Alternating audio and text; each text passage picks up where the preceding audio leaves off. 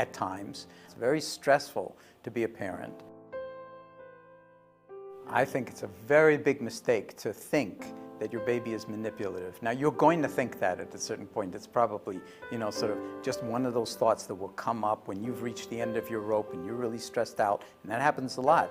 But when you notice the thought that your baby is manipulating you and you're going to teach him a lesson or anything like that, that's a warning sign. That's a good time to step back and realize maybe you're extra tired or something like that. Maybe someone else needs to be relating to the baby at the moment, because the babies are not being manipulative. They have particular needs and they are just letting the world know, and your job is to meet their needs. And you can't over-meet their needs as long as you are listening very, very deeply to your own experience and to the baby's experience. Now, of course, that will be shaped by your own childhood, the way you were parented as a child. So there's lots of issues around here. But say when a child is crying and, my own impulse is to pick the child up, relate to their distress in one way or another.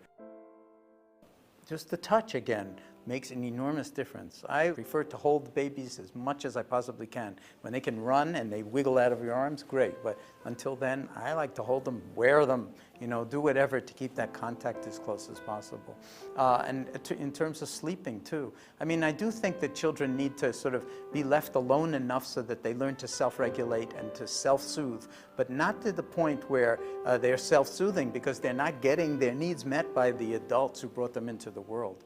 So everybody will find their own balance around that, but I would err on the side of you cannot spoil an infant. Trust your own instincts and hold it as much as possible. We've been hearing, of course, from experts at this conference, the more you hold the baby, the better. The more you touch the baby, the better. You can just give them as much as you possibly can for as long as you possibly can, but in some kind of balance so that you don't exhaust yourself. You need maybe perhaps some time off, somebody else to care for the baby, if they're sleeping or not, get enough sleep yourself.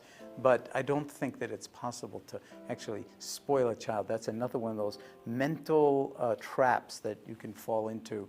But if you are really conscious of the relationship and